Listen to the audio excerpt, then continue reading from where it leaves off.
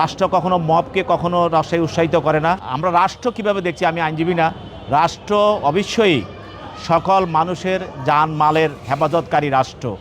রাষ্ট্র সবসময় আইনের প্রতি শ্রদ্ধাশীল এবং জনগণকে আহ্বান করে আইনের প্রতি শ্রদ্ধাশীল থাকার জন্য।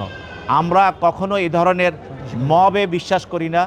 রাষ্ট্র কখনো মবকে কখনো রাষ্ট্রে উৎসাহিত করে না, এবং যারা এই মব করবে, যারা নিজেরা আইন হাতে তুলে নেবে, পরের সম্পদ লুণ্ঠন করবে এবং অগ্নিসংযোগ করবে, এই ব্যাপারে বর্তমান সরকার খুবই সচেতন।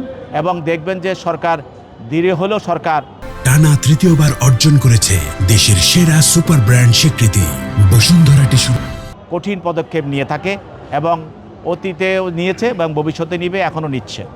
এই ধরনের কর্মকাণ্ড শুধু সরকার না, আমরা মনে করি আমাদের দেশের শান্তি শৃঙ্খলা এবং আমাদের দেশের সংবাদপত্রের স্বাধীনতা, সাংবাদিকদের আত্মমর্যাদা এবং তাদের স্বাধীনতার উপরে এটা হুমকি স্বরূপ।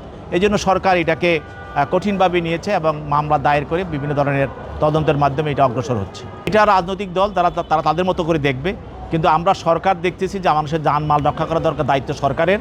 দেশের শান্তি শৃঙ্খলা রক্ষা করার দায়িত্ব সরকারের, এবং সরকার কখনো মব বা সন্ত্রাসী কর্মকাণ্ডকে সরকার কখনো প্রশ্রয় দেয় না। সরকার এটাকে দমন করার জন্য যা যা করা আইনের প্রক্রিয়া যাওয়া যায় তাই করবে।